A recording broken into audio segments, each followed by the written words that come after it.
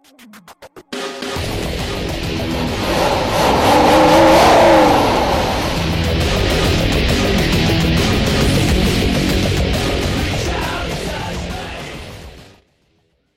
olen täna elus esimest korda minis ja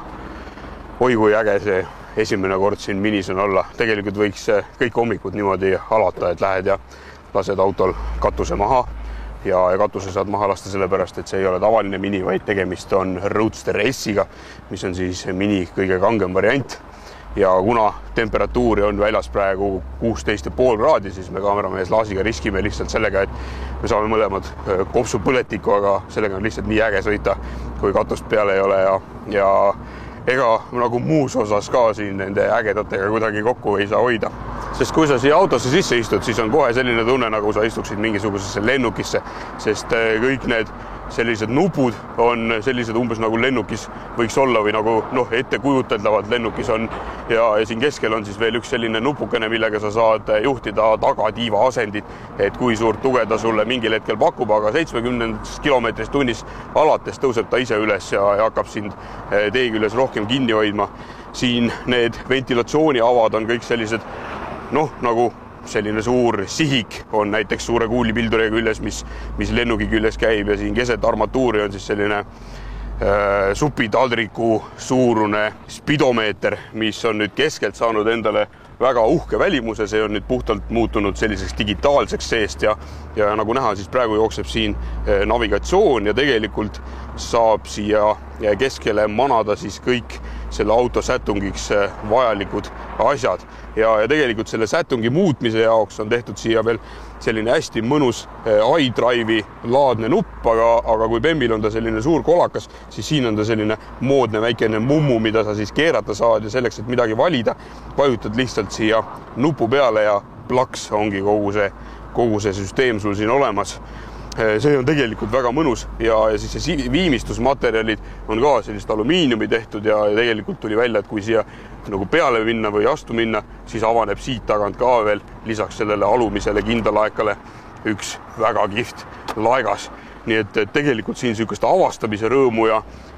sükest feelingut on ühte autosse pandud meeletus koguses peale. Ja et kuna tegemist on ikkagi sellise autoga, millega iga päev perega kuskil sõitmas ei käi, siis tegelikult mahub siia sisse ainult 2 inimest. On sellised fun elemente siia veel pandud ja siin minu ees oleva tahomeetri kõrval on siis veel üks väike kell, mis siis tegelikult mõõdab seda aega, kui kaua sa sõidad ilma katuseta. Et kui sa katuse maha lased, siis hakkab ta siit nullist kohe minutid jooksma. Meie oleme nüüd sõitnud siin, ütleme, 40 minuti juurde ilma katuseta ja kui ta siin ringi ära teeb, siis hakkab järjest siin tunnid ka veel käima minema, et see on iseenesest minu arust mingisugune nii fantastiline asi, et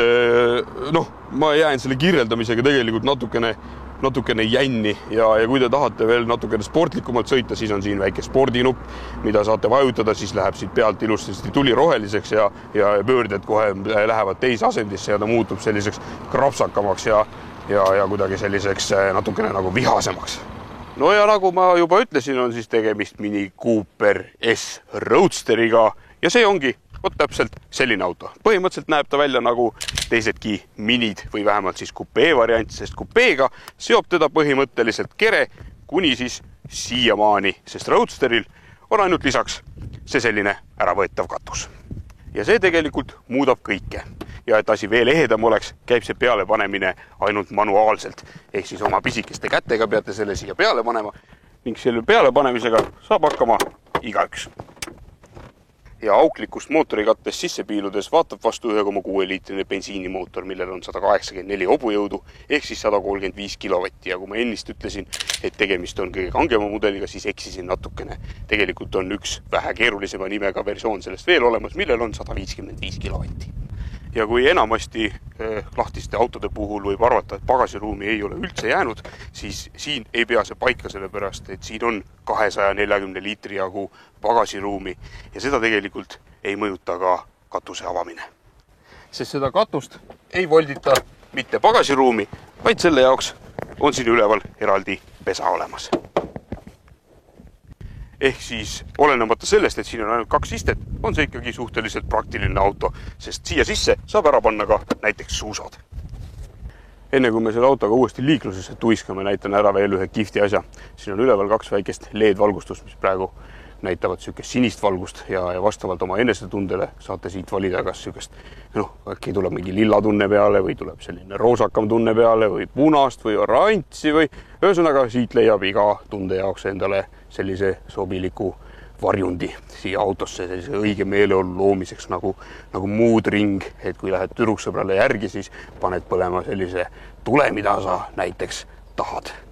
Ega siin muud ei olnudki, häälestasime nüüd kaameramees Laasile siia sinise tule atmosfääri loomiseks ja tuiskasimegi linna tagasi, et natukene liiklusest rääkida. Ma olen oma elus sõitnud igasuguste autodega, kaasa arvatud mõnede vormelitega ja selline käitumine hakkab mulle juba meenutama vaikselt sellist Formula Studentit, et ta ei ole küll nii äkiline ja nii jäik ja nii hästi keerav kui see, aga põhimõtteliselt võib ta rahulikult liigitada küll juba mingisugusesse kardiklassi, sest kui sa tahad kuhugi keerata ja sa näed, et sa hakkad natukene maha magama seda keeramist, siis tegelikult ei olegi muud, kui vajuta lihtsalt pidurit ja lihtsalt keera, sest ta keerab kas või täisnurgaga ka sul kohe raksaki ära ja niimoodi, et auto kuskilt kaldu ei lähe ja sul ei ole siin sees ebamugav olla. Ja see vedrustus on tehtudki just siuke jube mõnus ja jube sportlik, et isegi vaiksel kiirusel sõites sa tunned neid teekonarlusi, aga ta ei ole jälle tehtud liiga jäik, et ta oleks selline halb, et sul hambad plagiseksid või siis on nagu üle kere kuidagi lotendaks või vibreeriks siin autos, et tegelikult see on kuidagi siuke suudetud hästi maitsekaks teha. Ja kiirenduse koha pealt on niimoodi, et kuna ta on automaatkastiga, siis algus on natukene lahja, aga oma maksväände saavutab ta kuskil 5500 peal, aga tegelikult läheb mahlaseks juba natukene varem ka ja see selline arvestatav kiirendus tuleb talle juurde. Kihvt asi veel on see hääl, et kui te lasete vahepeal gaasi maha, siis ta teeb sugust mõnusat tumedat mõminat ja see annab talle jälle mõnusat asja juurde, et tegelikult kui te suudate taga sõita niimoodi, et võtate maha ka selle sportnupu, ühesõnaga sõita sellist rahulikumat sõitu, siis tegelikult saate te keskmist kulu hakata mõõtma juba 6 liitrist 100-le, mis tegelikult ütleme sellise meeletu fun factory auto kohta on väga hea kulu ja nagu ma ennist rääkisin, siis siin on 2 istet, aga selle eest saate hulganisti asju kaasa võtta ja kui teil on valida, kas te võtate kaasa sõbranna või mingi sõbra, siis vaadake lihtsalt, kumb teie jaoks sellel hetkel rõõmsam on ja kuhu teil sõita on, nii et see on kindlasti üks auto, millega linna vahel fannimas käia. Ja lõpetuseks polegi tegelikult midagi muud öelda kui seda, et nad on isegi võtme suutnud ägeda teha.